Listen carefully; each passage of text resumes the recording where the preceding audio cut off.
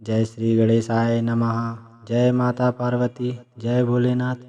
प्रिय भक्तजनों, आप सभी का स्वागत है हमारे इस पावन हरतालिका तीज व्रत कथा में। आज हम सुनेंगे वह दिव्य कथा जिसमें माता पार्वती ने भगवान शिव को पति रूप में पाने के लिए कठोर तपस्या की थी। भाद्रपद मास के शुक्ल पक्ष की तृतीय तिथि को रखा जाने वाला यह व्रत सौभाग्य, सुख, समृद्धि और अखंड सौभाग्य का प्रतीक माना जाता है। जो भी श्रद्धा और विश्वास से इस व्रत को करता है उसके जीवन में सुख, शांति और वैवाहिक जीवन में प्रेम बना रहता है। आइए पूर्ण श्रद्धा और भक्ति भाव से हरतालिका व्रत कथा का श्रवण करें। बोलिए माता पार्वती की जय, बोलिए भगवान शंकर की जय।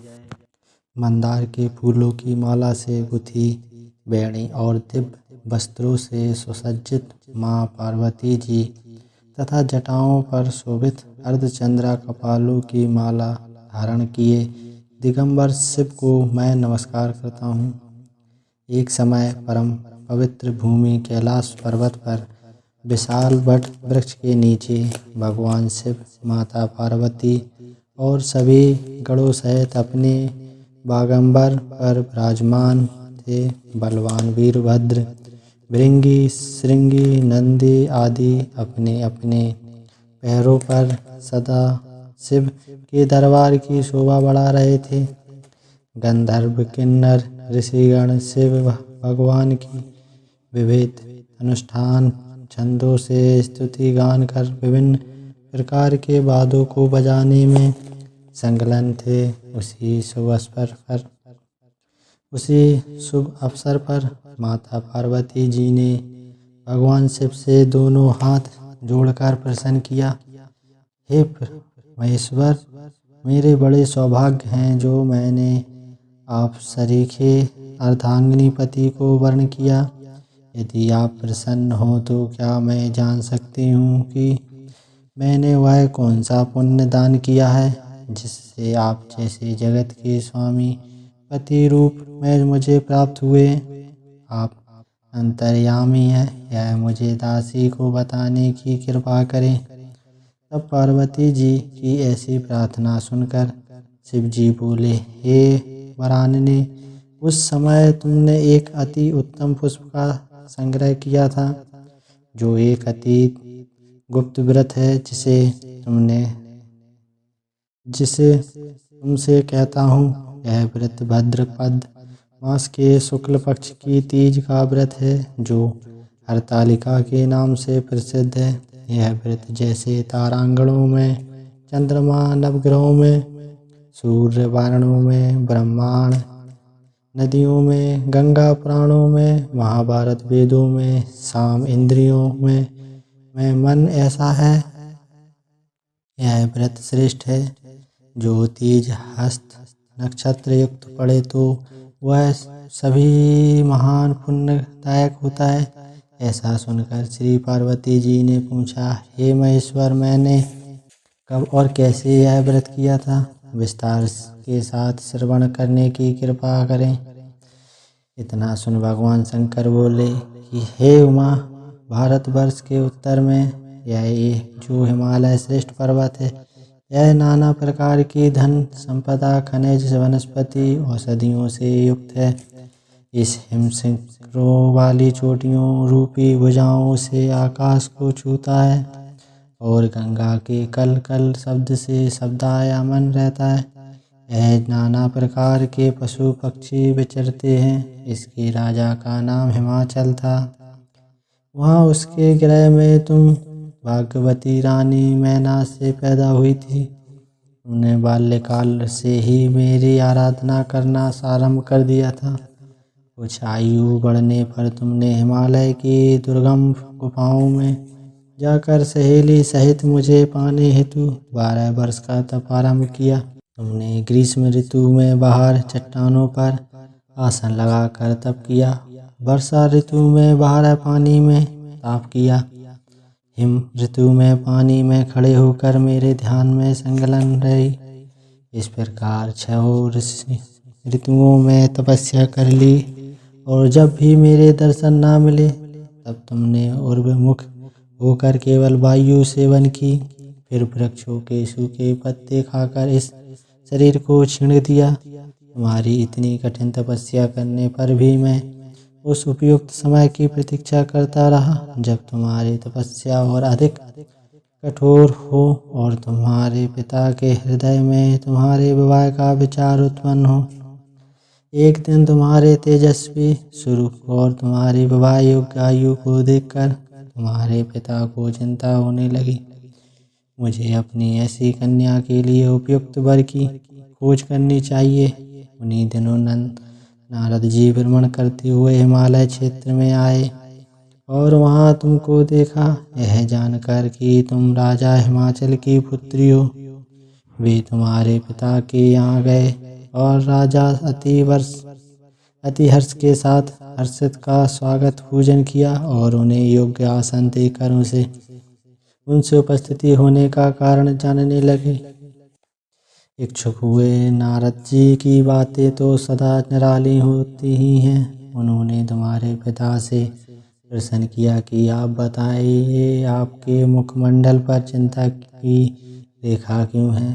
राजा ने कहा, हे तपोधन, तुम मेरी पुत्री को देख चुके हो, मुझे उसके लिए योग्य वर की चिंता सता रही है। इस पर नारद जी ने तुरंत कहा, मैं अभी वैकुंठ से आ रहा हूँ। मेरी सम्मति यदि आपको स्वीकार हो तो आपकी पुत्री के लिए वैकुंठ निवासी शेषासी भगवान विष्णु योग्य वर हैं। वे आपकी कन्या का वरण स्वीकार कर लेंगे। इस पर तुम्हारे पिता आनंदित हुए और बोले, यदि विष्णु जी को मेरी कन्या स्वीकार हो तो मेरा सौभाग्य होगा। मैं अवश्य अपनी कन्या उमा का भाग्यदान विष्णु जी को करूँगा। नारद जी तो ऐसा सुनकर वैकुंठ चले गए। इधर तुम्हारे पिता महाराज हिमाचल ने प्रसन्नता के साथ तुम्हें यह समाचार सुनाया कि विष्णु जी तुम्हारा विवाह मैंने निश्चित कर दिया। ऐसा सुनते ही तुमने महान दुख में अपने को पाया और पिता के चल जाने के पश्चात तुम अत्यंत व्याकुल हो विलाप करने लगी, प्राण त्यागने की बात सोचने लगी। तब तुम्हारी सखी ने तुम्हें इस प्रकार दुखी देखा तो कारण पूछा। तुमने अपनी सखी को सब वृत्तांत सुनाया और कहा कि तुम जानती हो कि मैंने कैलाशपति महादेव के लिए तप किया है और मैं उनको अपना पति मान चुकी हूँ, अतः प्राण त्याग के अतिरिक्त और क्या करना चाहूँगी। तब तुम्हारी सखी ने तुम्हें सावन्य देते हुए कहा, देवी, तुम प्राण त्यागने की क्यों सोचती हो। मैं तुम्हें ऐसे स्थान पर ले जाऊंगी जहां आपको आपके पिताजी अथवा कोई अन्य खोज ना सकेगा।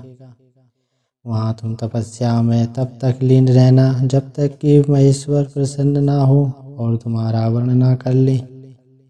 इस प्रकार सहमति बन तुम अपनी सखी के साथ नदी के तट पर एक गुप्त गुफा में प्रवेश कर वहाँ मेरे नाम की तपस्या करने लगी। भद्रपद शुक्ल की हस्त नक्षत्र युक्त तृतीय को तुमने उपवास रखकर बालू से शिवलिंग की स्थापना की और पूजन कर रात्रि जागरण किया। जब तुम्हारी तपस्या और व्रत पूजन से मैं आंदोलित हो उठा और मैंने तुम्हें प्रकट होकर दर्शन दिया एवं तुमने वरदान मांगने को कहा, तब तुमने लज्जा युक्त हो अपने सिर को झुकाए कहा, आप सब जानते हैं, यदि आप मुझसे प्रसन्न हैं तो मुझे अपनी अर्धांगिनी रूप में स्वीकार कर दे। तब प्रसन्न हो मैंने तुम्हारी मनोकामना की पूर्ति करना स्वीकार किया और कैलाश लौट आया। इधर तुम्हारे अपने घर से इस प्रकार बिना कहे चले जाने पर तुम्हें बहुत खोजा गया, घर घर और वन में बहुत ढूंढा गया, किंतु तुम्हारे ना मिलने पर राजा हिमाचल कहने लगे कि तुम्हारी कन्या को कौन सा देवता मानव गंधर्व किन्नर कहाँ ले गया। तुम्हारे पिता तुम्हें कहीं ना पाकर और भगवान विष्णु के साथ तुम्हारे विवाह का वचन भंग होने की चिंता में दुखी हो एक बार तो मूर्छित हो गिर पड़े। इधर तुमने अपने व्रत अनुष्ठान की पूर्ति होने पर व्रत का पारण किया, समस्त पूजन सामग्री को नदी में विसर्जित कर स्नानित किया। उसी समय तुम्हारे नगर निवासी मंत्रीगण पिता हिमाचल के साथ वहां आ पहुंचे तथा तुमको सखी सहित पाकर प्रसन्नता को प्राप्त हुए।